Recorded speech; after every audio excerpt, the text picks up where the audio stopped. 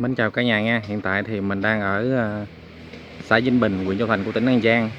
Đến đây thì mình gặp một hoàn cảnh của cô thì cũng gần gần ở nhà mình, cũng không có xa.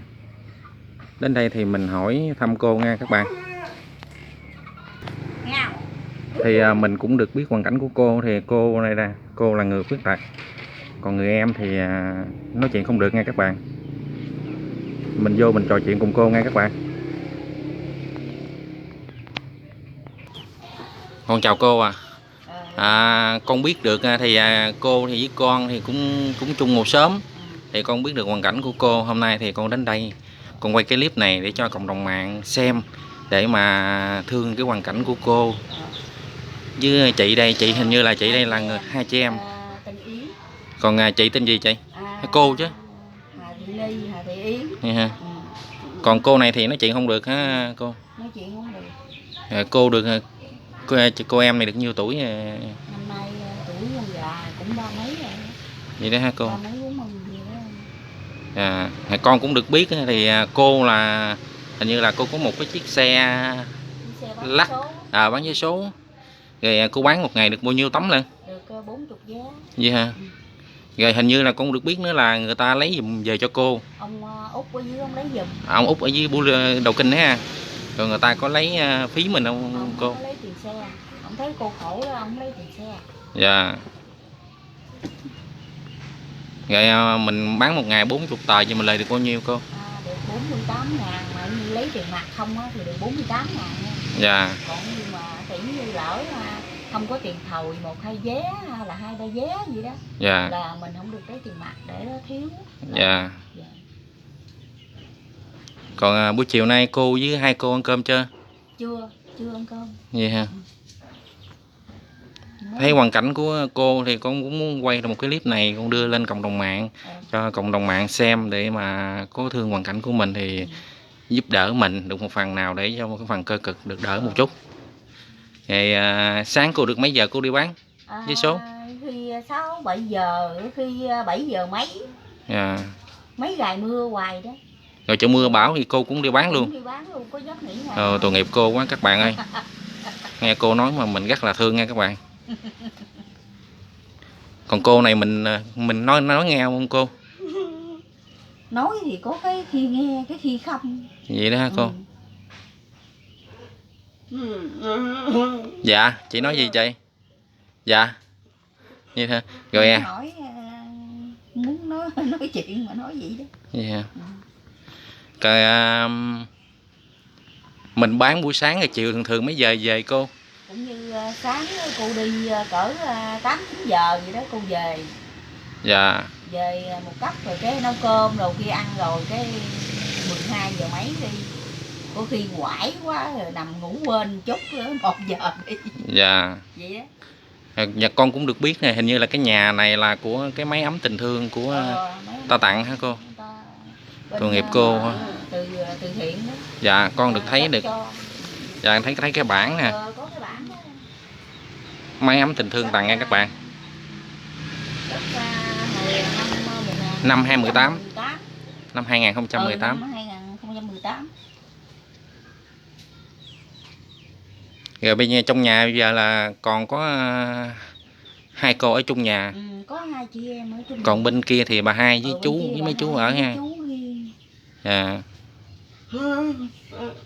Dạ. Rồi tối hai chị em ngủ ở đây hay gì cô? Ngủ đây. Rồi nó có mấy chú ở bển coi bà hai thì cô Yến ở đây với cô. Dạ. Còn không có mấy chú thì qua bển tiếp coi bà hai. Dạ con thì cũng gần, con đi tới lui thì con cũng biết cô một phần nào.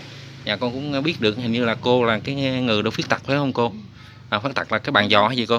2 giò cô đi. 2 giò ha. Rồi sao rồi cô có đi khám đi vô? Đi khám gì cũng như hồi nhỏ bị bệnh đó. Rồi chích thuốc giết nó bị một cái này nó liệt gân, cái này nó hút gân luôn nè. Dạ. Rồi cô đi sao rồi cô chổi, cô bò ha? Cô bò gì mà giờ mập quá à, bò khó khăn đó. Dạ. Nó lết gì đó. Tội nghiệp cô không? Thấy hoàn cảnh của cô thương quá các bạn ơi. rồi mà ổng cái tay bị đau đó rồi bắt cô Yến con cõng hết mấy bữa. Vậy hả? Chăm cúng. Rồi cô Yến này cõng nổi sao? Cõng chị nổi không cô? Nổi hả? Cõng mấy bữa bắt chăm cúng ngược lại. Vậy đó.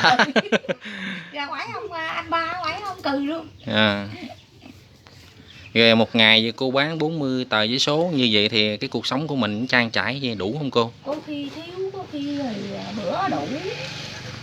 Nhưng không có thuốc men, ngày nào không có mua thuốc men. Dạ. Thì cũng đủ. Như nhức đầu rồi này kia cái mình mua lần 2 lần thuốc uống. Dạ. Còn cô thì uống thuốc nam là nhiều đó. Dạ.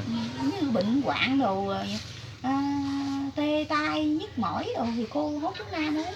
Dạ. Dọn thuốc bao rồi. Rồi cô đi thì cái ai chở mình đi cô? Cũng như đi thì mấy chú con chở, còn mấy chú con cảnh đi đâu không có nhà thì cô kêu chính dưới chở, còn dạ. chú cảnh này dưới chở. Dạ. Vậy đó. Còn như mà thấy khó khăn quá rồi thì ông chú ba ngoài đó ông nói thôi gửi xe ra đi, ổng cho giấy cái đầu mình gửi xe cái ổng hút cho. Dạ. Như mình cũng quen biết, người ta biết mình ha, ta hút cho mình. Ra ngoài ổng biết. Dạ. Thì ta biết cái hoàn cảnh của mình vậy, cái ta thương. Ông chú ăn gửi giấy ra ngoài rồi ổng nói đưa. Còn cô Yến này có nấu cơm nước này kia được không cô Ly? Trời ơi, con cũng khổ, nấu thì có bữa thì chín, có bữa sốc. Vậy đó hả cô? Thì có bà hai con coi. Dạ. Nấu rồi bà hai coi rồi nấu cô thì cô coi vậy đó. Dạ. Còn cô thì nó nghe người ta cho nồi cơm điện đó, cô tới giờ buổi thì cô bắt nồi cơm điện lên cái làm đồ ăn cái rồi. Dạ. Thương cảnh cô quá các bạn ơi. Hôm nay thì mình quay cái clip này mình cũng xin chia sẻ cho tất cả cộng đồng mạng. Các bạn nào thì có muốn ủng hộ cô hoặc là gửi về ủng hộ cô để mà cô có một cái số vốn để cô thể sinh sống để tuổi già, thì các bạn liên hệ số điện thoại của mình là số điện thoại là 0834 220 553. Và mình xin lặp lại số điện thoại của mình là 0834 220 553. Mình là rất mong các bạn thương hai hoàn cảnh của hai chị em này, để mình nhìn một hoàn cảnh của hai chị em mình rất là thương nghe các bạn. Rồi mấy anh chị em này kia, anh chị em cô đông không cô? Cũng như mấy chú cô thì chú Thành thì có vợ đi rồi đó. Còn chú Dành con thì chưa có vợ. Còn ba chú đó chưa vợ đó con. Rồi mấy chú đi màn Bình Dương hay gì cô? Chú đi màn trên Bình Dương đó. Cô nói chuyện với mình mà cô khóc nè nghe các bạn. Thấy cô rơi nước mắt luôn nè. Cô cho con hỏi sao mà cô lại rơi nước mắt ha cô? Cô xúc động. Thấy xúc động quá. Vậy hả cô? Thương cô quá các bạn ơi. Rồi cô có xài điện thoại không? Có nữa ha. Mà hết tiền rồi, bữa nay cô quên nạp nữa để mơ cô nạp tiền vô. Dạ. Rồi cái cô đưa số điện thoại cho con. Dạ dạ. Để mơ cô nạp tiền với cô đưa cho số cho. Rồi cô Yến này mình nói chuyện này kia cũng nghe rồi. Cũng nghe. Nghe con nói chuyện cô nghe không cô Yến? Nghe không? Nghe hả? Cổ hình như năm nay chắc cũng cỡ 30 ngoài ha. Gần 40 rồi đó ha.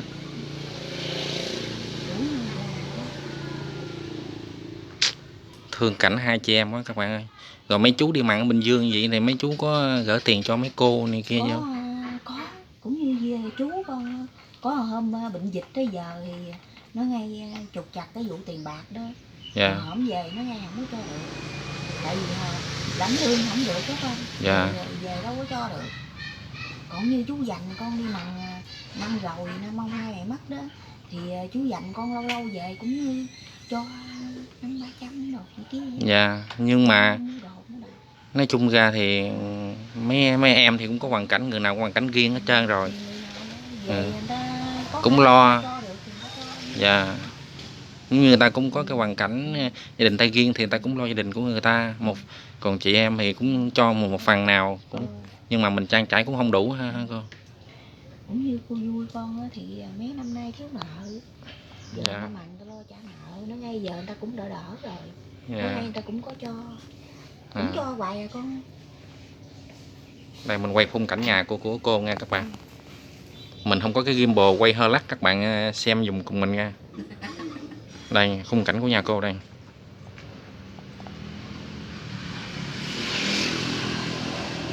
Rồi cô ví dụ như ở đây ra sao đó mình đi bằng chổi hai tay hay là có cái nạn gì không cô?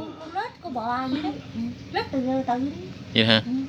Lết gì nè. Đâu cô đi cho khán giả cũng như tất cả các bạn xem được không? Vậy đó cô đi gì đó ha? À. Còn ra xe thì cô bò ra xe leo lên. Rồi cô đi ra cái cầu thang này rồi sao? Đi bò xuống cầu thang đi cũng cái gì đó con. Lên đi. Gì đó ha? Cô đi xuống cầu thang rồi đi xuống chiếc xe đó. Trời ơi. Thấy khổ quá các bạn ơi. Đây xe của cô đi bán giấy số nè các bạn. Mỗi lần nó bị nó ốm yếu rồi cái bò. Rồi bây giờ cô đi vô bếp, con đi vô bếp con coi thế coi. Đi theo cô cùng số bếp nha các bạn. Đây cô đi như vậy đây. Đó cô đi như vậy đó cô các bạn. Tội nghiệp cô quá các bạn ơi. Cô đi. Con đi ra làm sao thế coi cho con coi cái nhà. Sao mà đồ đạc nhiều dữ hả cô? Cô đi giờ về nãy giờ chưa có dẹp chưa gì chứ. Vậy đó ha. Bài bên bố bỏ ở nhà cô đi. Rồi nấu cơm nước gì chưa? Chưa nấu nữa hả cô? Chiều nay chắc hấp con nguội ăn. Để con nguội nấu rồi sáng còn. Yeah.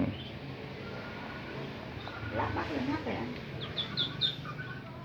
Hôm nay em đến quay hình chị vui hay gì, thấy chị vui thấy chị cười hoài à? Vui hay gì chị? Hồi nào chị không được ghi hình hay gì? Chị chào khán giả của em ơi, chị chào ai? Tội nghiệp cô quá các bạn ơi, cô nói chuyện không được, cô chỉ là Gani với mình không mà. Cái đâu cô chào khán giả, cô chào khán giả của em ơi. Đây hả? Mình cũng rất mong các bạn có lòng nhân ái thì có trao quà cho cô thì qua số điện thoại của mình đọc vừa rồi các bạn. Mình cũng xin lặp lại cái số điện thoại của mình là 0834 220 553. Rồi cũng như là cái mong muốn ao ước của cô sau này thì cô cũng có mong muốn ao ước gì không cô? Này. Cô giờ cũng không biết mong ước cái gì mà chỉ ao ước của mình là mạnh khỏe là mình ăn. Rồi sợ già thì thiếu thốn đó con. Dạ. Sợ vậy thôi. Mình sợ sau này già rồi cái mà bây giờ thì nói chung ra sống thì cũng qua ngày thì được, nhưng mà mình sợ sau này già rồi bệnh rồi tiền bạc này kia thì không có ha cô. Sợ như em út mình nghèo khổ đó. Dạ. Không có lo được. Tội nghiệp cô. Cũng giàu lắm cô. Bạn vui vẻ vậy đó. Nói chung ra ai cũng vậy trơn cô ơi. Cũng giàu. Với số giờ cô cũng vui vui. Cũng như là mình đỡ được cái buồn phiền nào phần nào ha cô. Như bán có tiền ăn uống rồi kia nó cũng dễ vậy đó. Dạ. Rồi kia em ai thương người ta cho gạo cho đồ thêm. Dạ. Thấy cảnh cô khổ quá các bạn ơi. Các bạn hãy cùng mình chia sẻ cái clip này lên Facebook để cho các bạn xem, để mà ủng hộ tinh thần của cô, cuộc sống cô sau này nha các bạn. Mình cũng không muốn cộng đồng mạng là chung tay góp sức để cho một phần nào để cho cô để hưởng được cái tuổi già. Mình cũng mong muốn là cộng đồng mạng cũng như là tất cả đồng bào người Việt Nam của mình, kể cả người nước ngoài, nhớ hướng về cô. Thấy hoàn cảnh của cô thì mình thấy là sót các bạn ơi.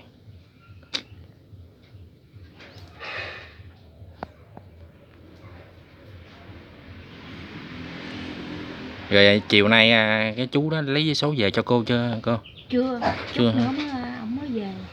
Giờ này không biết mấy giờ. Giờ này cũng 5 giờ. 5 giờ ngoài. Rồi mình có gối đầu trước gì không cô, giấy số? Không, cô không có gối đầu con ơi. Mình đưa tiền mặt trước ha. Đưa cũng như là Út lấy gầu cái về cái ổng vé ổng đưa số ổng lấy tiền luôn. Dạ. Chứ không có lấy tiền trước.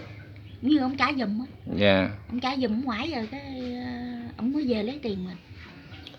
Rồi ví dụ như sáng rồi cô mua đồ ăn sáng này, không nấu cơm này kia cô mới đi hay gì, hay là sáng cô đi bán sớm? Sáng cô đi xuống dưới rồi tỷ không đói thì về ăn cơm, còn đói thì ăn của Út con tô bún tô cháo gì đó. Dạ. Còn cô Yến con có ăn thì cô mua về cho ăn. Dạ. Còn bá không kêu mua thì hỏi bá lắc đầu, bá nói bá ăn mì nhà đó. Dạ. Mì nhà hôm mà ông anh Hai Tùng ảnh nói với má ảnh cho cô một thùng mì với một phần quà, một chai nước tương với một ấy đó con. Dạ. Rồi mình đi xuống cầu thang rồi lỡ cái gặp mấy trận mưa trơn rồi sao cô đi được? Không được. Được ha. Con thấy có mưa bi tiết đi. Thấy vậy đó chứ đi nó dễ. Cô xuống đó rồi cô lên xe luôn, xe ai để lại cho cô mà xe cô lên đó, cô đậu đó đó. Cô đậu á, cô gài rồi cái đầu cái cho nó vừa cô lên xuống vậy đó. Dạ. Rồi cái cô leo lên. Vậy đó. Thấy cô mình thấy thương quá các bạn ơi. Các bạn nào có nhà ý mà thương xót hoàn cảnh của cô, mình mong tất cả các bạn chung tay góp sức gửi cho cô một phần quà nào để cho cô hưởng tuổi già nha các bạn. Và mình cũng xin lặp lại cái số điện thoại của mình là 0834 220 553. Số Zalo của mình cũng là số đó luôn nha các bạn. Rồi là lỡ cô đi bán rồi trời mưa như vậy thì sao cô đục được, chạy sao kịp, tại vì mình lắc chiếc xe mình lắc rồi mấy ngày dầm mưa không đó con. Rồi cô dầm mưa vậy rồi đi xuống tới út con ở dưới thì vô nhà ổng đục mưa. Dạ. Đậu trong nhà ổng á. Rồi có khi thì không đậu thì sợ số ế thì cô mặc áo mưa cô đậu ngoài. Dạ. Nói ngay mấy ngày trời mưa dầm chứ tội nghiệp mấy người ta ngừng xe lại ta tiếp á. Ta tiếp ha, ta thương mình ha. Cái hôm qua đó, hôm qua giấc sáng bán được có 2-3 tờ. Rồi cái giấc chiều đi ra cái ông anh đó ông thấy mưa dầm đó, cái ổng tiếp cho 20 tờ. Rồi cái thằng kia cũng cỡ con vậy đó, tiếp cho 10 tờ. Dạ. Nói mà con mua tiếp cho hết cho bà về mau đi để trời mưa bà lạnh. Con thì thấy cô thấy đi qua lại bán thì con cũng thương lắm, nhưng mà có đôi khi thì con tiếp được cô này vài tấm vé số cũng như là ủng hộ tinh thần của cô. Con thì tại vì cũng không có tiền nhiều cho nên là con muốn giúp đỡ cô nhiều thì giúp đỡ cô bằng cái tinh thần cái như cô ấy rồi con tiếp một tờ rồi cô cũng mừng rồi. Dạ, cô cháu mình ha. Là con không có thích mua số á. Dạ, tại con không có chơi. Con không có chơi tại con mua để ủng hộ cô. Bữa hổm Bảy tội nghiệp nữa, ổng nha, ông Bảy Tâm á. Dạ. Ổng thấy bán ế cái ổng tiếp. Rồi cái hồi bữa đó cái bị cái ông đó ổng lấy 12 tờ đó con. Dạ. Mà cô không hay nữa.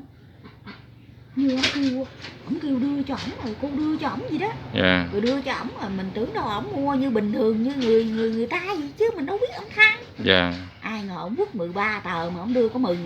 Trời ơi. Cô tưởng đâu là ổng mua có 1 tờ, thấy không? Rồi ổng gạt mình thấy chưa cô? Ổng lấy luôn á. Trời ơi, người nếu là mình nói người ta giật á thì mình không có thấy người ta giật. Dạ. Mà nhưng là nói mẹ người ta gian. Dạ. Mẹ gì đi. Rồi anh Bảy Tâm á, anh dòm anh biết cái bản số xe ổng. Dạ. Mà nhưng có cái là ổng đâu có biết là ông này lấy số. Dạ. Ổng dòm ở đẳng ổng dòm lại ổng thấy bán đồ mà ông này mua số mà sao thấy lâu hay sao đó nghe. Dạ. Ổng đứng ông canh này ổng dòm lâu lắm. Rồi cái ổng kêu cô là đưa cái giấy dò cho ổng coi cái từng rồi. Mà cô đưa giấy dò cho ổng coi rồi. Mà cô quên có một cái là sao mà ổng kêu mà giấy dò từng rồi số gì. Rồi cô mới vạch ra một cái nữa đó là bở sơ ý ổng có lấy được. Rồi kiếm ông đó là được không cô? Kiếm ông nội sao? Đã. Mẹ mất đã rồi, xuống tới quán mà 60 tao đếm mới bắt số. Đã cô vậy thương không hết nữa mà còn rồi cái Giang mua lấy giấy số Giang cô nữa. Chú Bảy Tâm á, nói với anh Bảy Tâm á, anh Bảy Tâm nói rồi. Bởi vì tôi thấy cái ông đó hồi nãy ổng mò cà mò mà sao mà lâu quá lâu. Tôi tưởng là ông mua số mà cô hết. Nói không có, ổng mua có 1 tờ à. Mà sao anh Bảy ơi của em 40 tờ mà sao mà ổng mua có 1 tờ mà tại sao mà giấy số em giờ cái cây giấy số hết trơn rồi. Nó còn có một lốc ở dưới à. Ai ngờ cái lốc ở trên là ổng quất 13 vé mà ổng đưa 1 tờ đó không. Ổng lấy hết 12 tờ. Thôi kệ anh ta An Giang nữa, ta tội cô ơi. Thấy cô vậy thương không hết nữa mà còn lại An Giang cô nữa. Rồi, nhiều người thì người ta thấy tội nghiệp người ta còn cho tiền thêm. Dạ đúng rồi. Mà ông đó cô không biết suy Bản nghĩ. tánh chắc là tham, bản tánh tham. Nhiều người có một vé. Bà cơ bữa hổm có một vé số mà cái bà nào mà nhỏ con mà chạy lên cái đường mình hoài đó con. Chở đứa bé nhỏ nhỏ đó. Con cũng không gành. Ông nội ta hồi đó giờ ta mới thấy bà đó. Có một tờ số mà cũng tham nữa. Gì đó hả cô? Ở mua bà đưa giấy 500.000 phải không? Bà ngay căn nhà bu á, nó ngay cô với bà ba, má chồng nó đang nói chuyện đó. Dạ. Rồi nói thôi tôi tiếp bàn tờ đi. Rồi mình nói cái bà lấy một tờ, cái bà đưa giấy 500.000 mà nó ngay bà đưa cái bóp cho mình á là bà không có tiền lẻ, là 2-3 tấm giấy 500 không à. Cái cô mới nói thôi bà nội có một tờ số để đi bữa nào gặp bà đưa. Dạ. Cô tính là như một tờ số đó người ta muốn đưa là không gì cũng quyền người ta đi. Dạ. Là cái lòng cô không muốn là người ta muốn tham thì người ta lấy luôn phải không, cô khỏi đòi thiệt con. Cái bà nói là để bà ra bà ăn bún quán lành á rồi bà đưa cho cô. Ai ngờ đâu bà ra ăn bún quán lành mà bà gặp cô bà liếc gì nè, rồi cái cô làm bộ cô lắc xe đi, rồi cái cô dòm lại cái bà liếc thêm cái nữa mà bà không có nói vụ tiền. Cái cô mới nói với vợ lành chắc bà này bà tham quá.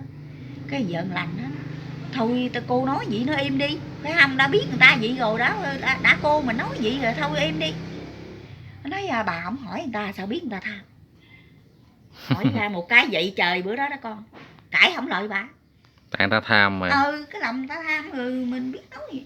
Phải chi mà ta gặp ta cố định ta muốn trả này đó phải không. Thì nó nói chị ơi em thiếu bà bữa đó tờ số đó.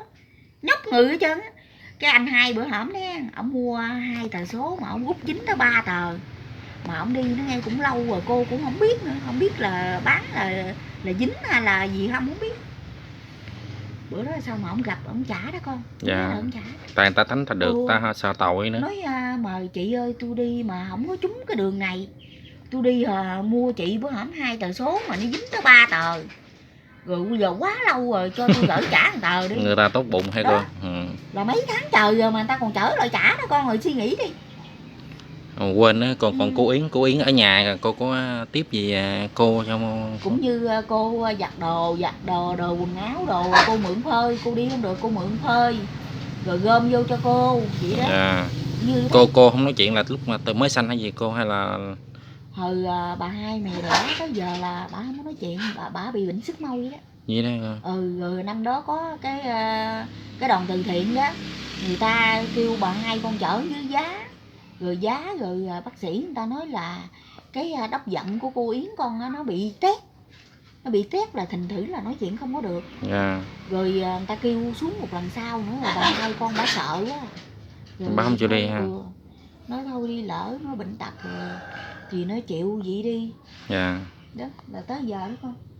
Thì hôm nay thì con đến đây con quay cái clip này thì con cũng xin chia sẻ cái clip này lên trên Facebook cũng như cho cộng đồng mạng để hướng về cô, để cô có cái tình thương để sau này để cho cộng đồng mạng hướng về cô nhiều hơn.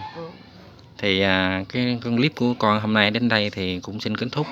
Thì mình cũng mong là Mạnh Thường Quân cũng như là tất cả các bạn ở trong nước và ngoài nước xem được cái clip này thì hướng về cô, hướng về cô nhiều hơn để cho cô là có một cái cuộc sống về tuổi già. Qua số điện thoại của mình là 0834 220 553. Dạ con cảm ơn cô ha cô. Cô cũng cảm ơn con mà cô cũng cảm ơn hết tất cả Mạnh Thường Quân đồ. Dạ rồi con cảm ơn cô.